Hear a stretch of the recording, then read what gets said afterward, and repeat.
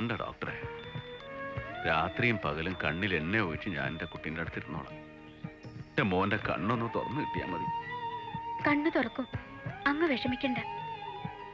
എൻ്റെ മോളി ആശുപത്രി തന്നെ ഉണ്ടായത് ഹയറായി. നാട്ടിലാർക്കും സംശയമൊന്നുമില്ലല്ലോ? ഇല്ല, ഇവിടെ തന്നെ കവറടക്കിയെന്നാണ് നാട്ടിൽ പറഞ്ഞത്. അബുവിന്റെ ശവശരീരമെങ്കിലും കാണാനായി വലിയ ജനക്കൂട്ടം തടിച്ചുകൂടിയിരുന്നു.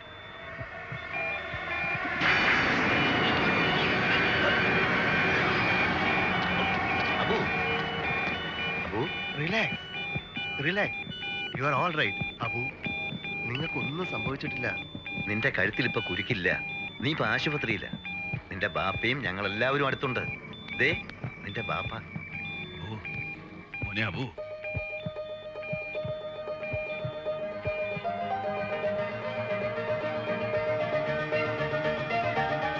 നമുക്ക് തളിയൂർക്ക് പോണ്ടേ? ദേ രാഘവനൊക്കെ വന്നിട്ടുണ്ട്. പഴയ കാര്യങ്ങൾ എന്തെങ്കിലും അബുവിന് ഓർക്കാൻ കഴിയുന്നുണ്ട്? നമ്മുടെ തങ്കച്ചന്റെ നാടൻ പാട്ട് നീ ഓർക്കുന്നില്ലേ? ഒന്ന് ഓർത്ത് നോക്കി.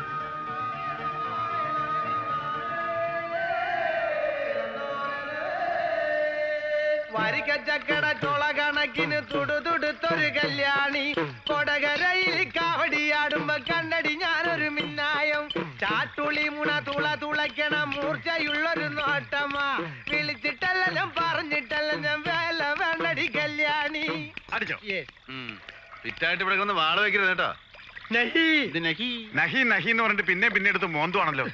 മോന്തുടാ മോന്തും, അതാണ് പട്ടാളക്കാരൻ, ആരെ? എന്റെ കൂട്ടുകാരൻ.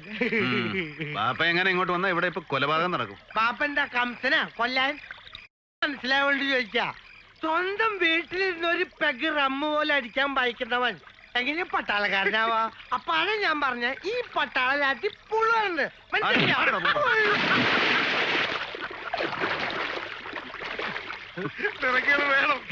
എനിക്ക് വെള്ളം ഒഴിക്കണ്ട, ആവശ്യത്തിനുള്ള കുടിച്ചുണ്ട്. ആ ബുട്ടി, നീ കഥ മുഴുവൻ പറഞ്ഞില്ല. ഇത് കേൾക്കുമ്പോൾ എനിക്ക് ചൊറിഞ്ഞോണ്ട് വരുന്നേ. നടന്ന സംഭവം എങ്ങനെ കഥയാവുന്നേ? ഓ സോറി, കേൾക്കുന്നൊരു സുഖം കൊണ്ട് പറഞ്ഞതാ. നീ പറഞ്ഞ. അങ്ങനെ ദ്രാ സെക്ടറിൽ കുത്തനെ കിടക്കുന്ന മഞ്ഞുമല കയറി ഏറെക്കുറെ മുകളിലെത്തിയപ്പോ ഞങ്ങൾ പാകിസ്ഥാന്റെ ബങ്കർ കണ്ടു. ഉടൻ മേജർ കാലിയ ഒരൊറ്റ അലർച്ചയാണ്. അയ്യോ, അറ്റാക്കാണോ? അറ്റാക്ക് എന്ന് പറഞ്ഞാൽ ആക്രമിക്കുന്ന അർത്ഥം. പിന്നെ മഞ്ഞിന്റെ പുറത്ത് കമഴ്ന്ന് കിടന്ന് ഞങ്ങളുടെ ഒരു പ്രകടനമായി. ഞാനായിരുന്നു ഏറ്റവും മുമ്പിൽ. 1.5 മണിക്കൂർ നിർത്താതെ ഫയറിംഗ്, പൊരിഞ്ഞ ഫയറിംഗ്. എന്നിട്ട് എന്തുണ്ടായി?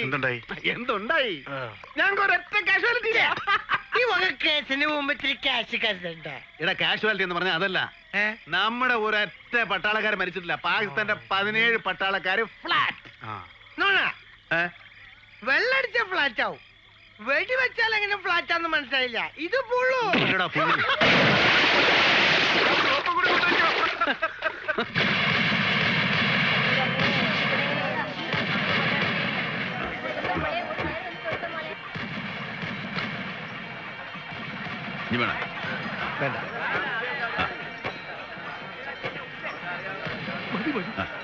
അതെ സാഹിബേ, ഇതിപ്പോ നമ്മുടെ പഴയ മന്ത്രി കണ്ട പ്രശ്നമാവുമല്ലോ.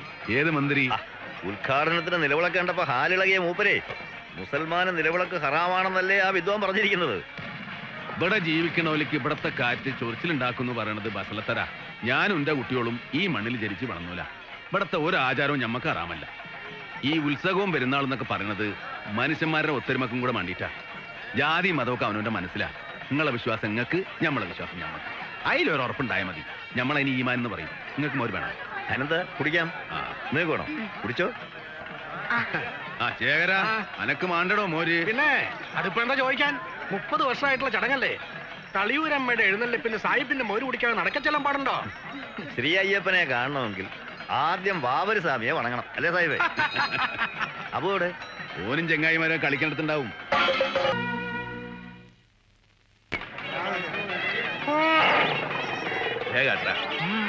കുളിച്ചിട്ട് വൈകുന്നേരം അമ്പലത്തിൽ പോകാനുള്ള നല്ല കഥകളിയുണ്ട്. നല്ല ചരിതം. നിങ്ങൾ വരുന്നോ?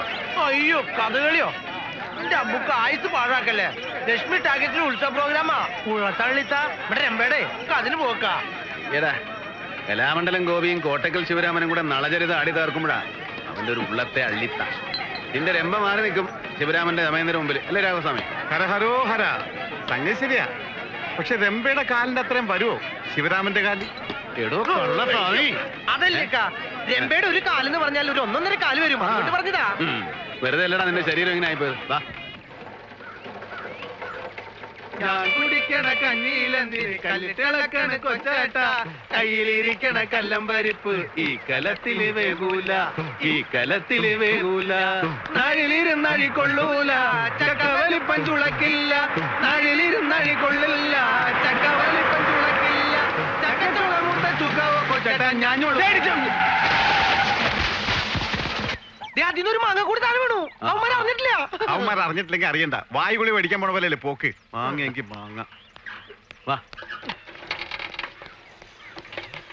ആഹാ സേലം മാങ്ങയാണല്ലോ. പച്ചയാ. ഒരു തോക്ക്. ഇത് നോക്കട്ടെ. അല്ല AK-47. ആ വണ്ടി വിടരുത്. അതിന്റെ ബ്രേക്ക് നമ്മുടെ ഇല്ലല്ലോ. അയ്യോ വണ്ടി പോയി. അങ്ങനെ വിട്ടാൻ പറ്റില്ല. വണ്ടി പിടിച്ചു. ഹലോ വണ്ടി തിരിക്കാൻ ലോറി പിടിക്കണം. ആ ലോറി പിടിക്കാൻ ഈ ഓട്ടോറിക്ഷ പോയിട്ട് ഒരു കാര്യമില്ല. നമുക്ക് പോലീസ് സ്റ്റേഷൻ പോയി പറഞ്ഞാലോ? എന്നാ കേറ്. അപ്പൊ ഞാനും വാങ്ങിയോ? നീ സൈക്കിളോട്ട് നേരെ വീട്ടിലേക്ക് പോയി. ഞങ്ങൾ പോയിട്ട് വരാം. വണ്ടി വിടും.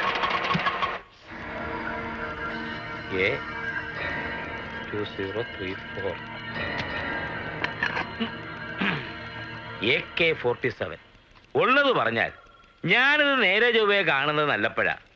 അന്നേരമല്ലേ ഓരോ അവന്മാര് ചക്കയ്ക്കത്തും മങ്ങയ്ക്കത്തും വെച്ച് ഒലത്തുന്നത്. നല്ല വെയിറ്റ് ഉണ്ടല്ലോ. എന്തായാലും താൻ പറഞ്ഞതുപോലെ ഇതിനകത്തെന്തോ ചുറ്റിക്കളി ഉണ്ടെന്നുള്ളത് ഉറപ്പാ. എന്റെ അറിവിൽ മിലിറ്ററി കഴിഞ്ഞാൽ ഈ റൈഫിൾ യഥേഷ്ടം ഉപയോഗിക്കുന്നത് ISI പിന്തുണയുള്ള തീവ്രവാദി ഗ്രൂപ്പുകളാണ്. ആ വഴിക്ക് ഒരു അന്വേഷണം നന്നായിരിക്കും. ആ വഴിക്ക് ചിന്തിച്ചാൽ സംഗതി കുലുമാല. വരട്ടെ, നമ്മളൊക്കെ ഇവിടെ കാക്കിയിട്ടുകൊണ്ടിരിക്കുന്നതേ ശരിക്കാനല്ലോ. ആ വയ്ക്കോ. ആ അബൂബക്കറെ ഇവിടെ ഒപ്പിട്ടെ. പിന്നെ അബൂബക്കറിന്റെ വീട് എവിടെയാ ശരിക്കും? തളിയൂര് ക്ഷേത്രത്തിനടുത്താ. ആഹാ ആ എന്തായാലും താൻ ചെയ്തത് വലിയൊരു കാര്യമാണ്. ഒരുമാതിരിപ്പെട്ടവരാണെങ്കിൽ ഇങ്ങനെ വല്ലതും കിട്ടിയാൽ വല്ല ആക്രിക്കടയിലും കൊടുത്ത് കാശ് മേടിക്കും. പക്ഷെ താനൊരു പട്ടാളക്കാരനായതുകൊണ്ട് കാര്യത്തിന്റെ ഗൗരവം മനസ്സിലാക്കി. Anyway thank you Subedar. ഇത് ഞാനങ്ങനെ വെറുതെ വിടില്ല. SP കറിയാച്ചൻ അതിരെ കയറി കളിച്ചവനെ മണിക്കൂർ വെച്ച് ഞാൻ പൊക്കിയിരിക്കും. Thank you sir.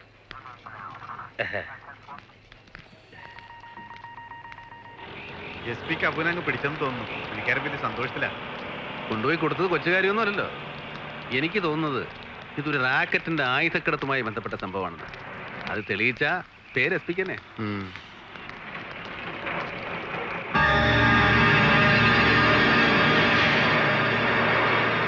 ഇത് ആ ലോറി തന്നെ. അതെ.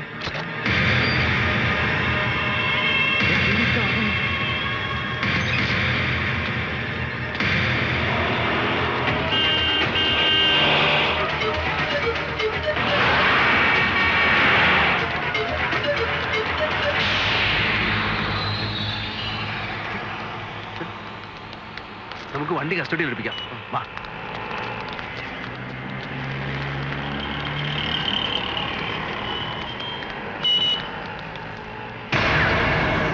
എനിക്കൊന്നും കേൾക്കണ്ട. സാധനം സുരക്ഷിതമായി എത്തിക്കേണ്ടത് നിന്റെ ഉത്തരവാദിത്വമാണോ? അതെ, പക്ഷെ എന്റെ കയ്യിൽ നിന്ന് അങ്ങനെ തെറ്റ് പറ്റില്ലെന്ന് സാറിനറിയാലോ. എടാ ഇപ്പൊ പറ്റിയില്ലേ? ഇത് മച്ചാങ്കളിയൊന്നുമല്ല. ഒരു പിഴവ് പറ്റിയ പിന്നെ തല കാണില്ല. ചുമ്മാ ഒന്നും അല്ലല്ലോ. ലക്ഷക്കണക്കിന് രൂപ വാങ്ങി ഞണ്ണിട്ടല്ലേ. ഇതിപ്പോ ഭാഗ്യം കൊണ്ട് ആ പട്ടാളക്കാരന്റെ കൈ കിട്ടി. അവൻ എന്റെ കൈ കൊണ്ട് തരികയും ചെയ്തു. അവനൊരു മൊണ്ണ. ഇല്ലെങ്കിലോ എന്റെ പാറമാതാവേ നിന്റെ കൃപ ഇല്ലെങ്കി ഇപ്പൊ അനുഭവിച്ചേനെ.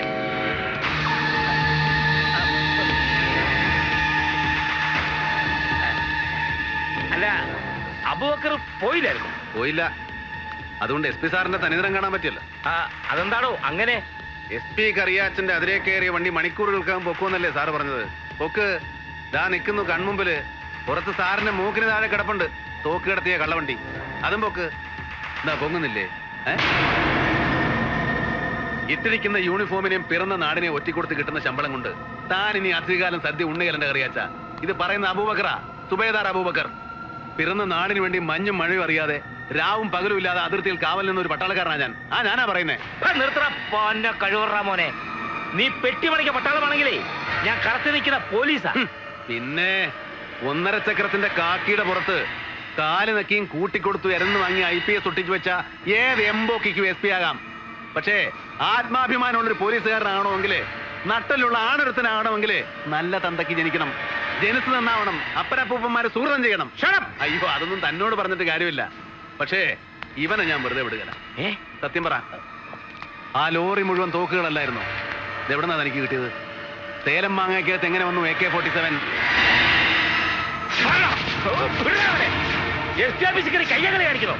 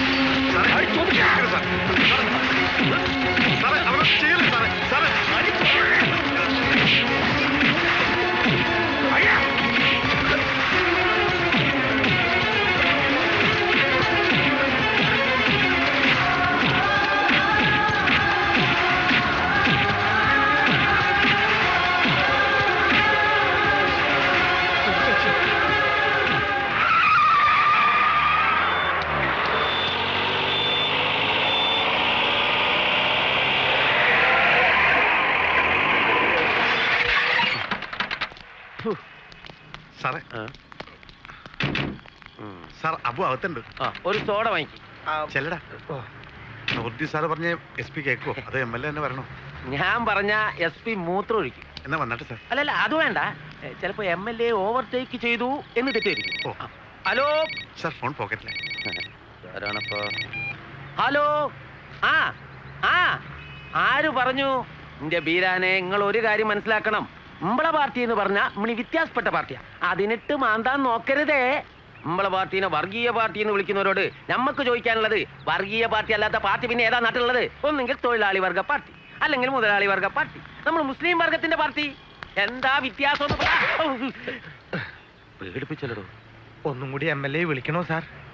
1 മിനിറ്റ്. ഞാനില്ലേ, പിന്നെന്ത് പേടിക്കാൻ? ഒരു പാക്കറ്റ് വിൽസ് കൂടി വരും. 2 പാൻ പരാകും പറ്റും. ആ, ഈ ചാനല് എന്ന് പറയുന്നത് എന്താ? അമ്പിളി അമ്മാവനാ?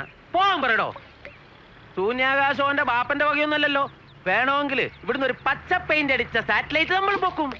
അപ്പൊ ഓക്കെ. എന്തൊക്കെ മനുഷ്യന്മാരാണോ. പുറത്ത് ഭയങ്കര പട്ടിശരിക്കും, അകത്താവുമ്പോ ആ പ്രശ്നം.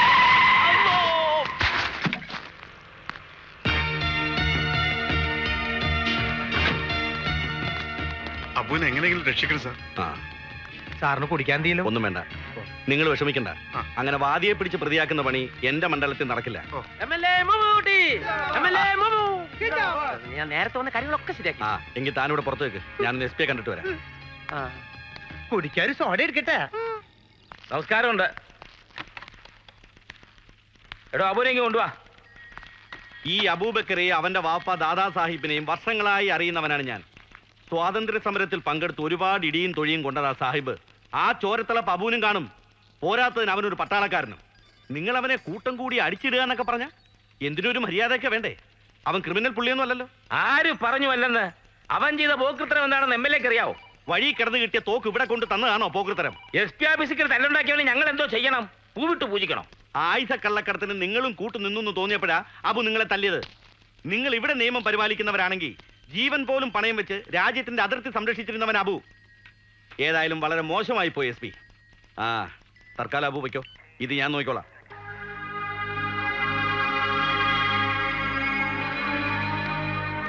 പിന്നെ എന്റെ മണ്ഡലത്തിന്റെ പരിധിയിലാണ് ഇത് സംഭവിച്ചിരിക്കുന്നത്.